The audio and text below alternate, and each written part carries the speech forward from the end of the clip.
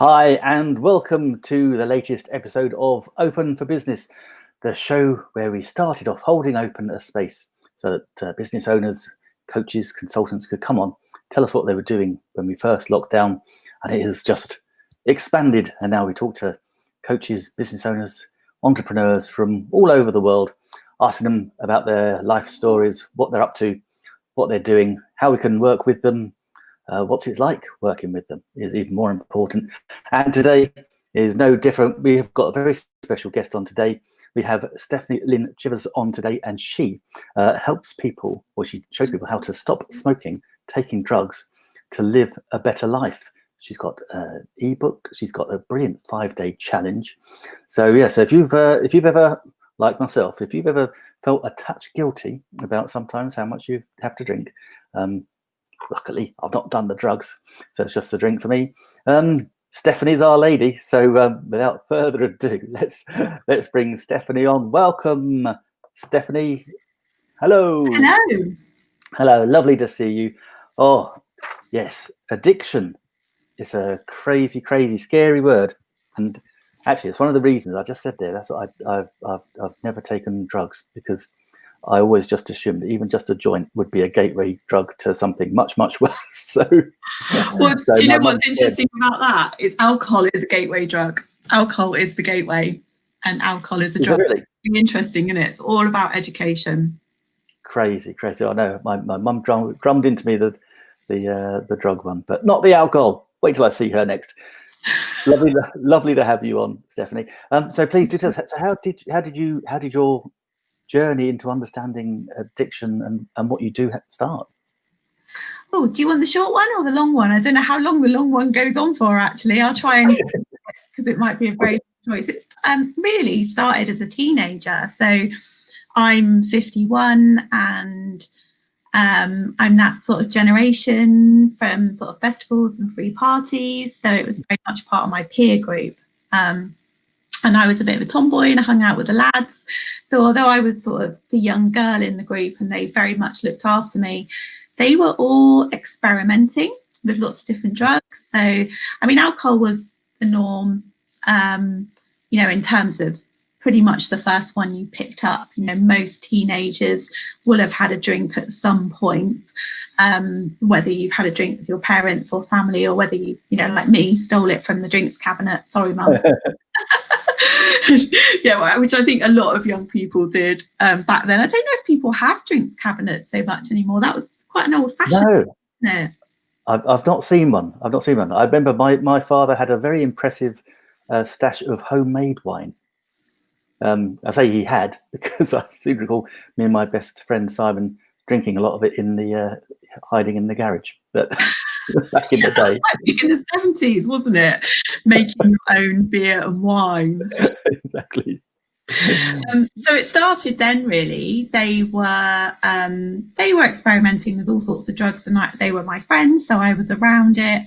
I didn't really sort of start till 16, not properly really until sort of late teens, early 20s.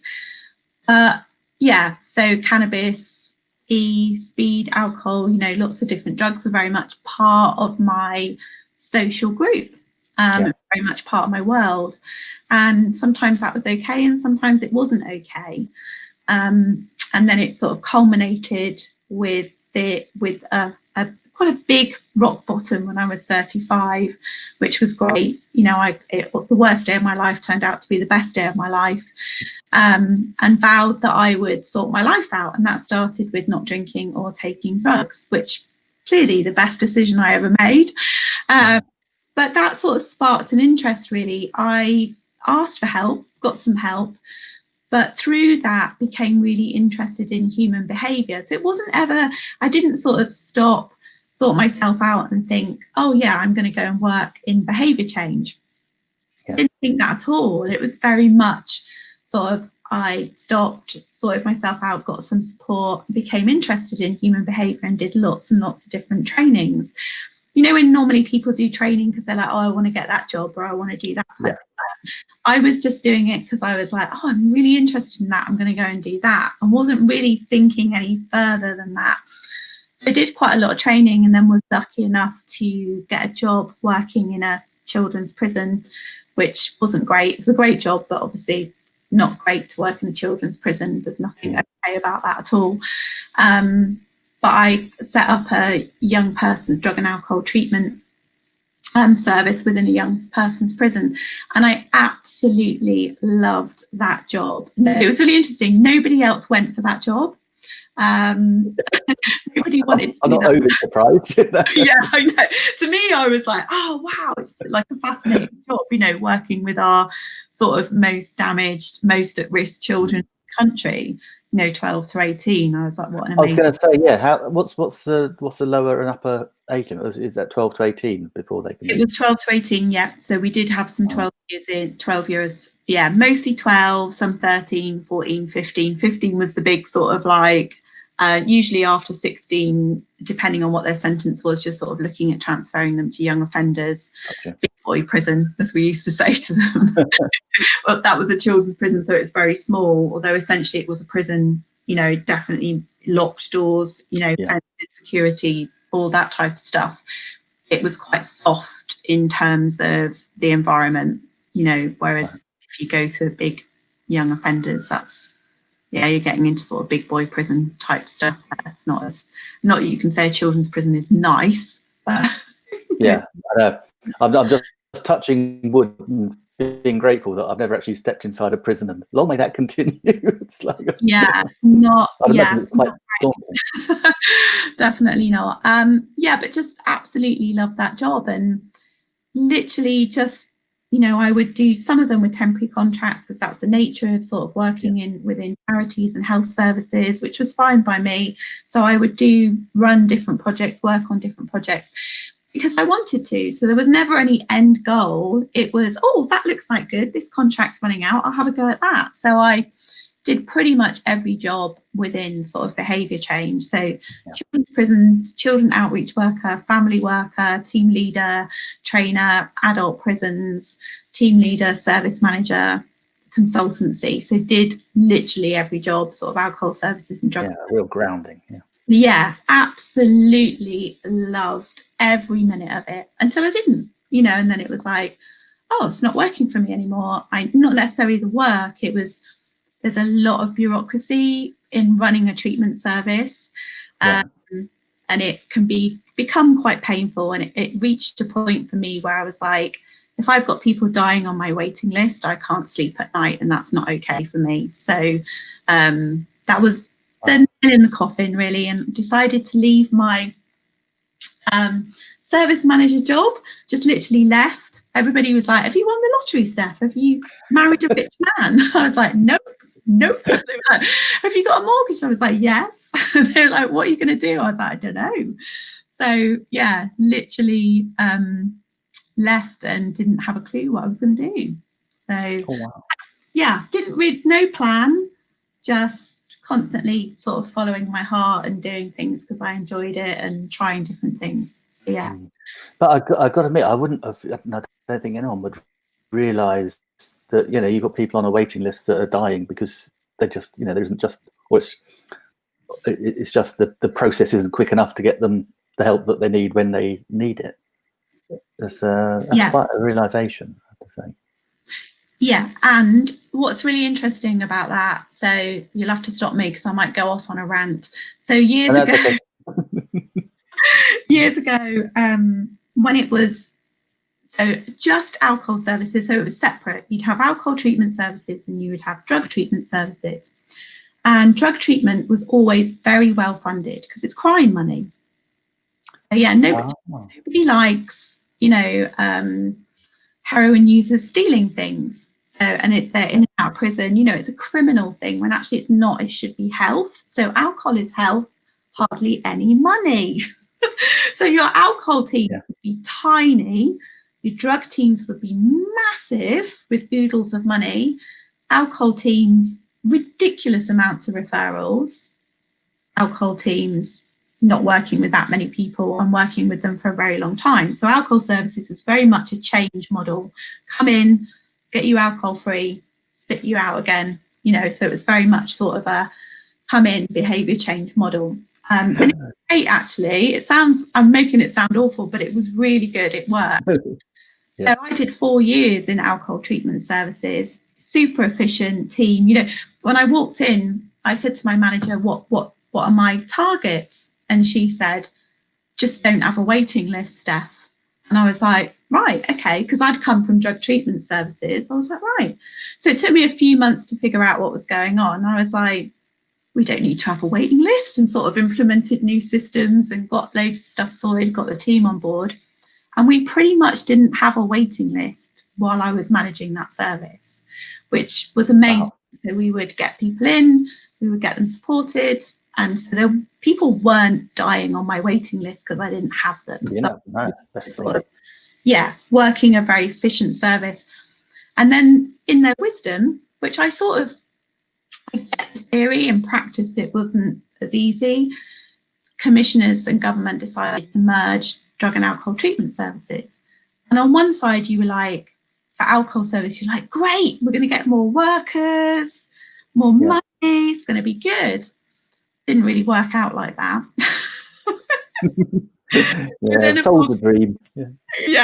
Then of course so that pretty much set us backwards, really, and we were having to sort of recreate things and systems, and it was quite painful. And if you haven't got support from people around you and being able to recruit staff, and everything's getting in your way, then you end up with a waiting list, and alcohol clients die on the waiting list while they're waiting because drinkers die, heroin users die, but not as much as drinkers. So I think that's something that we don't often think about. We don't, certainly. I'm speaking for the nation, I don't know, but you think there's more of an issue with like the drug abuse and people dying from drug overdoses than alcohol, and you're actually saying no, alcohol is a huge killer. Yes. Massive. But a lot of that is about education, it's about our outdated drug laws, and it's also about the media. So if you think back, depending on how old you are, to the 80s, when front page news was, if you take ecstasy you're going to die, ecstasy is killing our young people, when actually 12 people a year were dying from taking E, whereas we think it's around 35,000 people are dying from alcohol every year. Wow. And that's across all ages. That's amazing. Because I just, when you talk about E's, I just think of Leah Betts, wasn't it? Yeah. Back in the day. Gosh, that was a long time ago now, wasn't it? Cranky. Yeah. Gosh.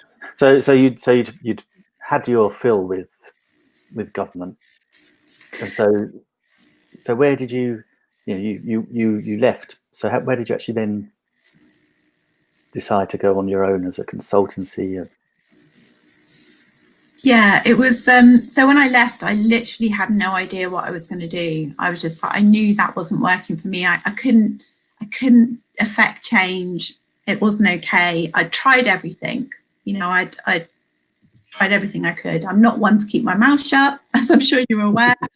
So I literally tried everything, couldn't make it work. And I was like, okay, maybe somebody else can have a go. Maybe they'll do better than me. So I had a few months where I sort of just kept making lists and having ideas about what could I do, what do I want to do.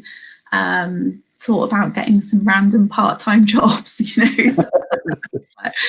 and then I just had this idea. I think it was about 3 months in, and because basically I think it was it would have been 5 years ago. So I would have had 10 years worth of experience of working with thousands of people, lots of different people, drinking and drug use, and there were some common themes. So I had this idea about putting all the common themes into an online coaching program. And God knows why I had this idea, because I'm not techie at all, and I'm not a sales marketing genius either. I was just like, it's a brilliant idea, because lots of people want something confidential, accessible and affordable. And that was the idea behind it. The online coaching program is still there. That's still a big part of what I do. Confidential, accessible, affordable. It's really important to me. Because lots of people are sat at home with their laptops or their smartphones. They're like, help me to stop drinking, looking for things that can give them help. Because not everybody wants to go to treatment services. Lots of people don't want to go to a 12-step meeting. Lots of people don't want to tell their doctor.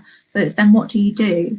And there must have been something in the air at the same time, because I looked around, there wasn't really much going on. But it turns out that 1 year No Beer and Club Soda were starting out at the same time. Of course, they're huge. So yeah, it was really interesting. So now we have, and we've got lots of other people as well now. So now we've got a really good range of different people providing support options. So yeah.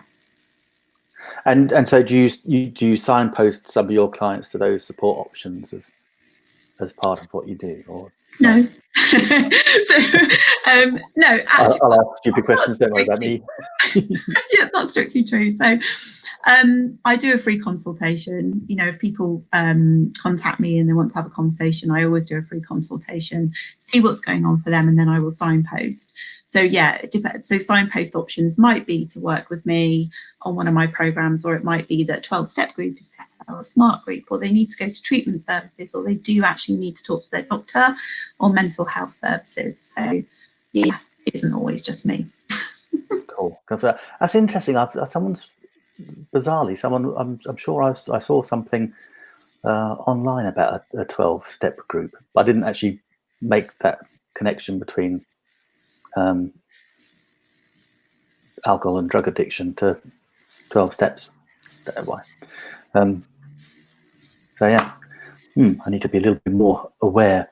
But one of the most amazing things is that so I love the fact that you stopped, and then you just took your time, and you say you weren't techie and all that, but you did have your passion, and I think that's important, especially at the moment when we're going through a big old tumultuous change. There's going to be a lot of people without jobs looking to do something else through no fault of their own, and there'll be a big surge again in the startups, help people trying to get their own business going. And would you say that the biggest thing for you was to be able to follow your passion that got you through things? Did you have any big challenges, or was it all fairly smooth once you got your course? No, it wasn't smooth. It most definitely has not been. It still isn't. Very difficult. And yes, if I wasn't passionate about what I did and my clients, no way. There's no way that I would have, because I've been doing it for 5 years now, and the only thing I have to bring to it is, yes, I can teach, educate, support, guide, coach. Yes, but that doesn't mean I understand tech or I understand how to promote myself, and that's a huge part of the work that I do. So yeah, massive learning curve, huge amount of mistakes, some very expensive ones. Oh yes, we've all I think we've all been there. Yeah, spent a fortune on something. It was like, okay, maybe that wasn't such a good idea. But that's the thing, isn't it? But it's so right. It's guys, if you're thinking about working for yourself, I'd absolutely say, go for it, but go in for it with your eyes wide open. And one of the things, I was chatting to someone a few months ago, and I was saying when I started, I felt like I needed to portray that I knew everything, when actually the best thing that I ever did was actually say, do you know what? I don't know how to do that. Can you help me do this? And if you ask for help, people will help you. There's lots of people that will help you out there. So don't be scared to ask for help. No, I mean, you can Google anything, can't you? You can Google what you want to know and it'll come up. Yes, that's time consuming, because if you don't know what you don't know, you don't know what you're looking for, and you don't know if what you find is any good advice. I spent my first 2 years disappearing down a Google rabbit hole until you sort of figure out who to listen to, and that takes a bit of time. That's just part of the process, isn't it? Yeah, that's it. It toughens you up as well, and it makes your decision making better, I think. Well, yeah, I don't know if it's about that, because I've again taken a bit of a risk and not been aware of the outcome, at all. And I think the biggest thing for me is resilience around making mistakes. So being okay with making mistakes. So taking action, which essentially I'm fascinated by the correlation between when you're learning how to be drug and alcohol free, but also running my own business. There's so many things that are really similar, you know, like persistence, the patience, focusing on progress, making mistakes, taking action, you know, all that type of stuff. If I wasn't okay with making mistakes, because I am the queen of mistakes, you know, and I have made some horrendous mistakes in my lifetime, massive ones, you know, mistakes that would floor most people. I'm not saying they didn't floor me, but, you know, I've done the work. And so I bring that to my business. It's like, no matter what mistake I make in my business, it's never going to be as bad as some of the mistakes I made in my 20s and early 30s. So it's like, bring it. I love it. It's the old adage that, you know, what doesn't kill you makes you stronger. And yeah. And we learn, you know, we learn by mistakes. It's don't beat yourself up and don't beat yourself bloody just because you've made a mistake. You know, we're all human. And if we didn't, it'd be a pretty boring life, let's be honest. Yeah, you have to make peace with making mistakes, not giving yourself a hard time, getting back up super quick, not wallowing in it, and just understand that we all make mistakes. It's just that we're not online every day talking about our mistakes. In fact, that would be a really good show to do. To illustrate that actually even, you know, really successful people make lots of mistakes. Oh, absolutely. I think there's good as who was it I read the other day? I think they were bankrupt twice before they, I can't remember who it was. They were bankrupt twice before they then end up with millions. But it was their mindset. And, you know, it was just like, okay, you know, we'll just carry on and keep going. It was interesting. It was, and people forget, you know, even mistakes turn into great success stories. There's one, I'm gonna tell you this one because I read it the other day, and that was a bubble wrap. Apparently, bubble wrap was first invented as a textured wallpaper, and it, surprise, it didn't take off. and then it was repackaged as home insulation, and it didn't take off then either. And it was only when IBM started using it to wrap their parts that suddenly it became the bubble wrap we all know and love to protect our stuff in the post and other things. There you go. Useless piece of information. I know, but that's a classic example, isn't it? Brilliant. Yeah, they did. Yeah, they just carried on. They didn't particularly change it. They just kept repackaging it as something else. So there you go. Just keep ploughing on, Steph. So what's obviously, have you seen one of the big questions? Of course, we know what with the current situation. Have you seen an increase in people drinking more, taking more drugs, or more addiction in general because they've been at home, or sort of thing you see in the news every now and again? So the research, I have no idea how they know this. It always fascinates me, like, where did you get that number from? And actually, one of my friends used to work for public health and do their data, and we used to work quite closely together. And I can remember having a conversation with him one day going, where did you get this number from? And he explained it to me, and I said, basically, it's an educated guess. And he went, yes, Stephanie. A very well educated guess, but it's still a guess. It's not based on it. So it's like the newspapers are reporting on a 30% increase in drinking and relapse. I have got no idea how they know that. I don't understand how they could possibly know that. There was something years and years ago where they reported on the amount of alcohol sold in the UK. This was a long time ago.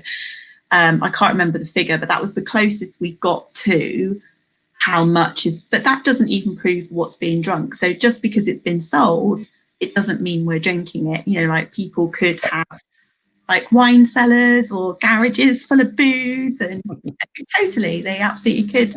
But it was quite an astounding figure, you know, if you multiplied that by, or divided it by the population, the amount of alcohol sold. It was a bit eye-watering. It was like, ooh.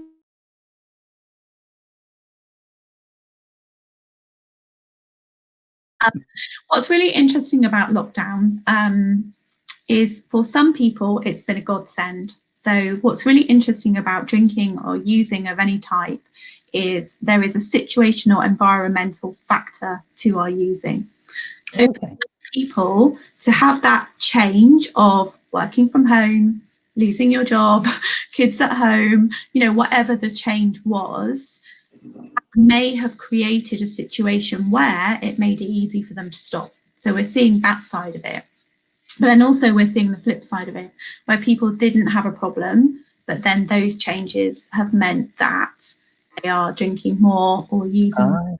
So it's that real. So years ago, they did research on this. So lots of the American soldiers in the Vietnam War used heroin, situational, environmental. Right. They're at war, they're away from home, obviously massive trauma, high stress, but also that's the drug of choice there, it's availability. And quite a few, when they came home, stopped using heroin easily. I know they didn't all, but the majority did. So that's a classic environmental situational thing. So what I'm seeing with my clients and my groups is, for some people, it's been exactly the thing they need, and they've been doing all the work prior to this, and now they're like, bam, they're flying, they're alcohol free, they're so pleased they're alcohol free, been doing all that mindset work beforehand, they're reaping the rewards of that. But then for other people, what I'm seeing is they're struggling a little bit because their support structures aren't there. So if you think about, one of the big things we talk about in terms of being alcohol free and drug free is connection. All right. And how you interact, meet different people, do things that fulfill you, passion, stuff like that. And a lot of that is about going out and joining clubs or doing things. It's about taking action so you can meet people and do things and figure out what floats your boat, that type of stuff. And it's not as easy to do that at the moment, depending on where you live and what type of thing you're interested in. It's definitely reduced our options. Yes, definitely. So Steph, what does working with you actually look like if someone wanted to work with you? And also, I'm gonna put up your contact details along the little tracker down. Thank you. So gosh, that's a really hard question. So I've got access to free stuff, free videos, ebook, the 5-day challenge. Then there's the online coaching program, which means you don't have to have any contact with me at all, or anyone if you don't want to. It's a self-learning video program accessed via an app. I've got group coaching as well. So if you really like that group coaching environment, sharing, connection, learning from others, that's a really great thing to do. And I do one-to-one as well. So sometimes people the one-to-one stuff. So it depends on what you need, really. I do free consultations for people with no obligation to purchase, so that I can hear a bit about what's going on for them, and I can make, because sometimes it isn't me, that's not what they need. They might need something else. But I'm very much about, I'm not a counsellor, I'm a coach. The work I do is very much about change and about results. So it's people come to me because something isn't working and they want something to change. So if somebody needs counselling, which is sort of long term, and they want to talk about it and pontificate and, really get detailed into it, that's not necessarily what I do. So it's about change and about results. Oh, I like that idea. That sounds like a good idea. So it's like a coach to get you from A to B, and not just sit you there for years and years, just saying they're there. They're there, just don't have as much. Oh, brilliant. And have you had any great successes you could share with us, to anyone that you've all the time. I get to do the best job in the world. I regularly get messages from people telling me, I've got 6 months, I've got 3 months, I've got 2 years, and it can be off the back of a post I wrote or a video I did, or I used to run a big free Facebook group. There were loads of women in there. So it's not, sometimes it's not even paid options. It might be from reading my book. It's just that contact.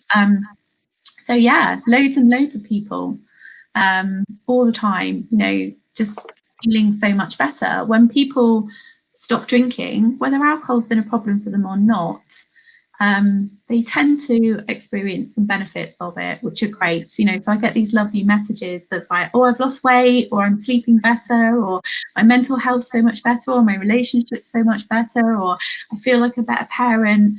So yeah, best job in the world. Oh, actually, that's really lovely, because when I'm just thinking that it's one of those things. If you drink and you continually drink, then I'm guessing you just wouldn't notice until you then stopped what you might be missing. Then suddenly you go, well, I mean, we were chatting before we came on about weight loss, because that for me would be a big issue. But then actually, yeah, your mental capacity or your mental awareness would be all of it. Performance, energy, clarity. Oh my God, it's phenomenal. So I even when I meet people, when I'm, well, not so much anymore, but when I used to go out all over the place talking to random people, and people would say to me, oh, what do you do? And I'd tell them, and then they tell me about their drinking and ask me questions, and be like, is it okay that I drink 2 pints of beer a night? And I'd be like, well, is it okay for you? It's a problem for you if it's a problem for you. Yes, my preference is you have alcohol-free days, definitely. But 2 pints of beer is not the end of the world, You've got any health problems, stuff like that. But I always say to people, just do 30 days without and see how you feel. And sometimes I get messages from people where I've had that conversation and they'll say, I was only drinking 2 glasses of wine. I can't believe the difference in how I feel. Because alcohol's wow. And it really impacts on us in lots of different ways. So that's why I recommend that anybody takes a break from drinking. So like, you've got nothing to lose. See how you feel at the end of 30 days, see what the benefits have been, go from there. Yeah, and you'll save money as well. Yes. More money in your pocket. Yeah. That's for sure. Because because it's not cheap these days. There's a bit like in the cigarettes. Suddenly, loads of cash. It's marvelous. Steph, I want us to talk about your 5-day challenge. So this is where I'm going to have to get a little bit technical. And there you go. You've got a 5-day challenge running. And if you're watching, the little link to the 5-day challenge is now in the comments. So you can just click that to go and check it out, whether you're watching on YouTube or on Facebook. So do you want to tell us a little bit about the 5-day challenge, how it works? Yeah, so the 5-day challenge is for women only. Sorry, guys. Women, I know. I get asked by men to do, but 1 year no beer is very sort of man, more man-based, yeah. Yeah. Probably, Steph, that's a year. I was rather after 5 days. Yeah, that's why I do the 5 days, you see, because it's that quick dip your toe in. So yeah, it's exactly that. It's like, alcohol's not working for you for whatever reason, might be quite serious, it might not be, it really doesn't matter. It's for anybody, any woman who wants to change their relationship with alcohol, so reduce, take a break, or stop.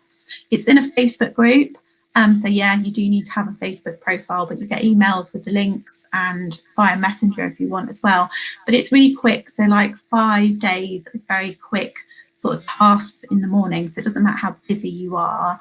I love it if you engage with me, but if you don't have to. It's more important that you just watch the video and you do the task. By the end of the week, I literally say, you will have learned something. I guarantee you will have learned something about alcohol. You will have learned something about what alcohol is for you. And you will have learned something about your habits, which will enable you to keep making changes. What happens, which is really lovely, is people just feel great because they get some confidence in themselves. So usually when people start, they're like, oh, I'm really scared. I don't know if I'll be able to do this. I'm like, stop. It's not about that. It's about learning. Just come in, watch the videos. If that's all you do, great. Don't worry about it. But most people reduce. Some people get alcohol-free days and some people do the whole 5 days alcohol-free. But everybody says, I feel brilliant. I know I can do this. I've learned stuff that I can use going forward. So yeah. Brilliant. And I like the fact that you're saying, there's not a, people will join and go, oh, well, yeah, I must do this, but no, you're right. It's a learning, and that way you continue to learn, and then you'll understand and know. Steph, we've got your details going across the bottom. So it's ichange21.com. and that's where you got your free ebook as well. I haven't got a link to the ebook, but but John, tell us what's. I can put one on afterwards. Yeah, it's on the Yeah. We'll put the we'll put the links in the all the other links as well in the comments, and when this goes on the podcast, we'll put it on the show notes as well, so people can access you any way that they want. What does the ebook cover? Has it got a name? Sorry, I don't know.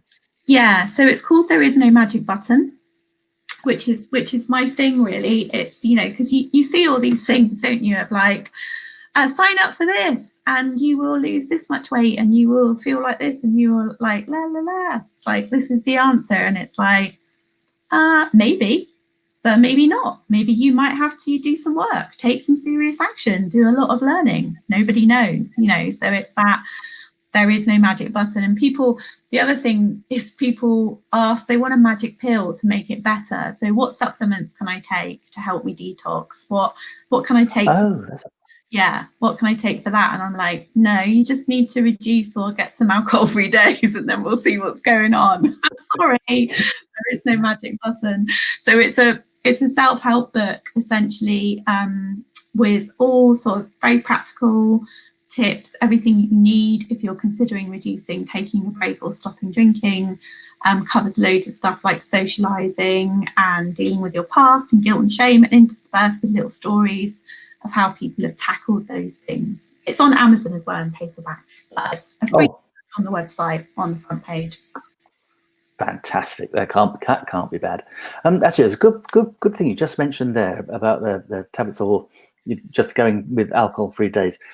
If you're thinking about having an alcohol-free day, is there something that typically, if you drunk white wine, have you got people that say, "Oh, I switched my white wine for something else, which wasn't alcoholic"? Is there something that okay, want to try? I don't know. Water would be too obvious, but water's great. Water's got so many benefits. I'm a big fan of water. So what's brilliant about now is there are lots and lots of different alcohol-free drinks.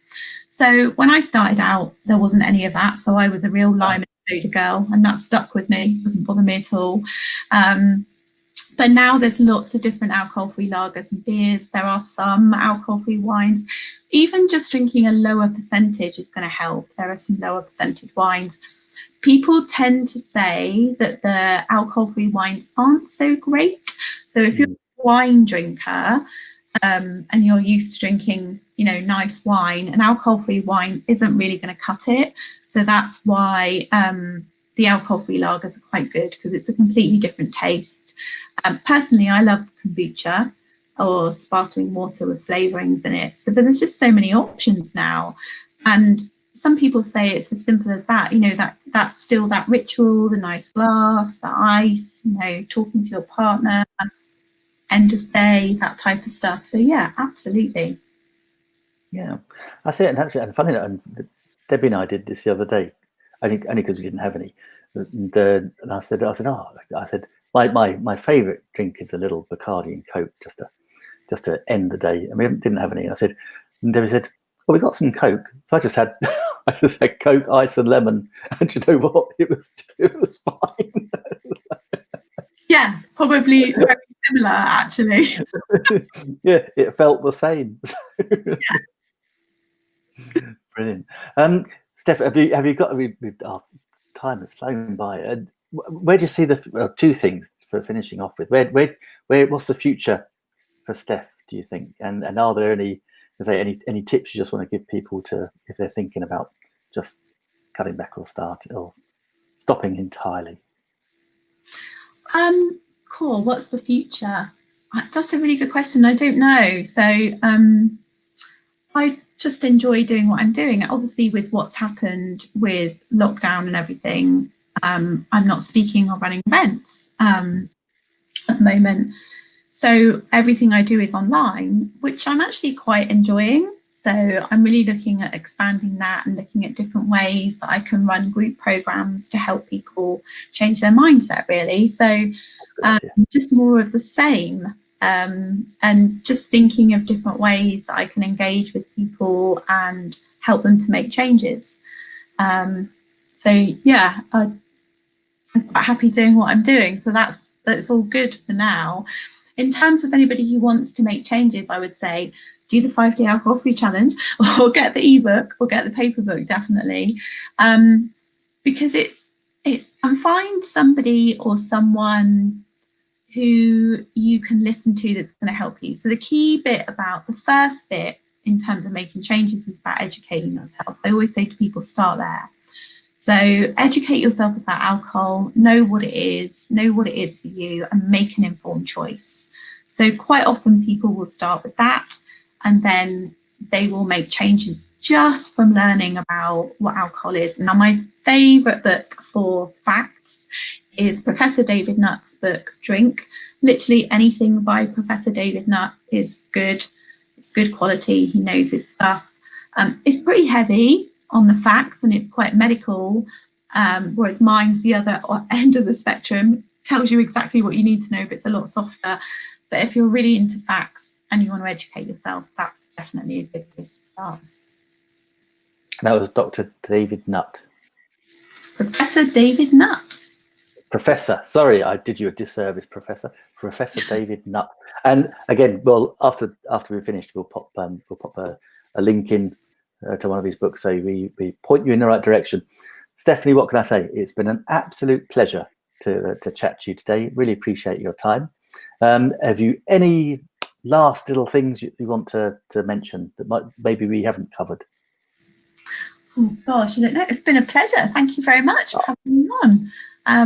Enjoyed it. I think I would just say, if you want to set up your own business, like you were saying at the beginning, please make sure that you really want to do it and that you're passionate about it, because it is the passion that will see you through. Also, if you want something enough, I do believe that persistence and patience pays off, particularly if you're willing to learn. So yeah, it's been a steep learning curve for me in terms of figuring out how to run it and promote. But if you just keep going every day and keep learning, and don't give yourself a hard time, you get there eventually. Fantastic, brilliant, Steph. If you just hang fire there in a little minute, I'll just finish off the show. Well, there you go, guys. That's the lovely Stephanie Lynn Chivers. What can I say? Another great guest.